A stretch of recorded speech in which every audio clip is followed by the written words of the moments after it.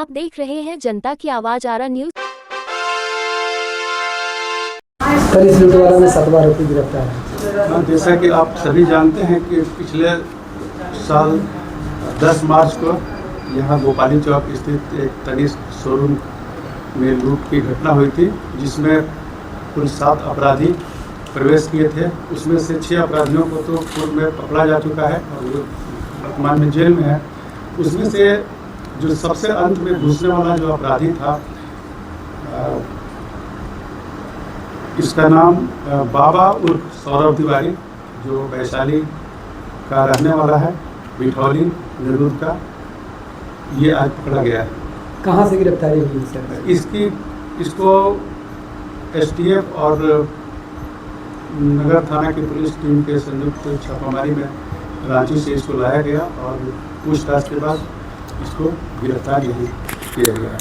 Sir, जो bag लेकर भागा था उसमें से कुछ बरामदगी हुई है सर? हाँ, ये सबसे अंत में बैग लेकर निकलने वाला अपराधी था। इसके पास जो ये बीच में सोना को जो जगह जगह बेचा था, उसमें से लगभग 750 ग्राम की बरामदगी उसमें हुई थी। बाकी कुछ की बरामदगी नहीं हो पाई थी, लेकिन अंतिम बार में निकलने वाला झोला लेके यही अपराधी। लूट कांड में इसका क्या रोल रहा था? लूट कांड में चूंकि जो मेन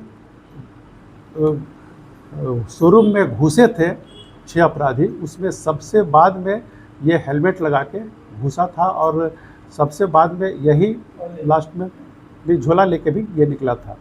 2 इसके पहले जो निकले थे वो तो पकड़ा गए थे बड़हरा में उनकी रिकवरी 100% हो गई थी, लेकिन इसके पास जो झोला था उसमें जगह जगह इसने बेचा था। वो अन्य अपराधियों के गिरफ्तारी के क्रम में उन जगहों से रिकवरी हुई थी। पहले से भी अपराधी? हाँ, इसका पहले से भी आपराधिक इतिहास है। ये राजस्थान के राजसमंद जिला में एक रूपम गोल्ड की दुकान है, वहाँ से 2023 में लूटपाट किया था। और एक जीवा लूटकांड जो काफ़ी मशहूर था दानापुर में, उसमें भी इसकी संलिप्तता है और ये स्वीकार भी किया है।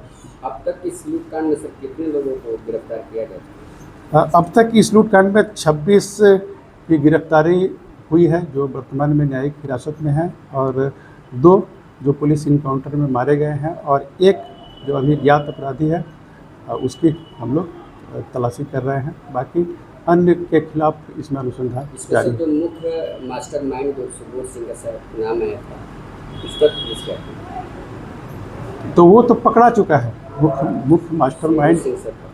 हाँ, वो तो जो भी है सब इसमें जेल में है।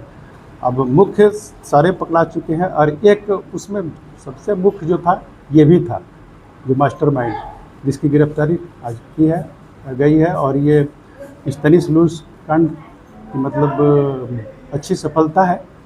जो घुसे थे, बाकी तो एसोसिएट के रूप में काम किए थे, सहयोगी के रूप में काम किए थे, लेकिन ये जो 7 घुसे थे अंदर, उसमें से ये मुख्य अपराधी है।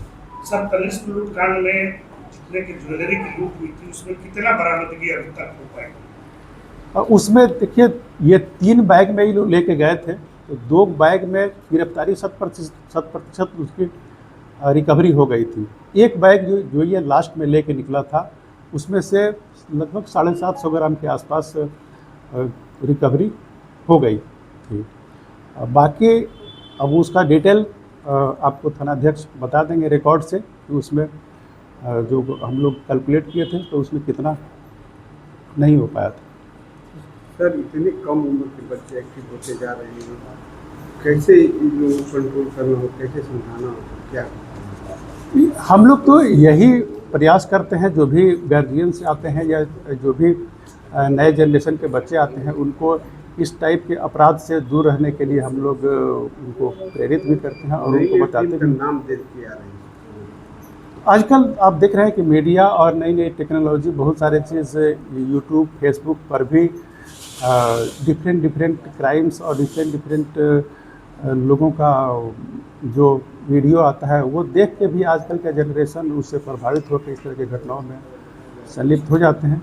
जबकि उनको ये भी मानना चाहिए कि टेक्नोलॉजी केवल उन्हीं के लिए नहीं है। अगर टेक्नोलॉजी का इस्तेमाल वो इस तरह की घटनाओं को करने में करते हैं, तो टेक्नोलॉजी का इस्तेमाल दूसरी जो एजेंसियां हैं या पुलिस है वो भी इस्तेमाल करती है।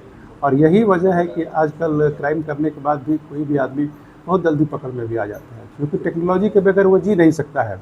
वो टेक्नोलॉजी का इस्तेमाल करेगा ही, और जो टेक्नोलॉजी उसके लिए है वही टेक्नोलॉजी पुलिस के लिए भी है। बल्कि पुलिस के लिए कुछ एडवांस टेक्नोलॉजी भी है जो अपराध और अपराधियों को पकड़ने और रोकने के लिए हम लोग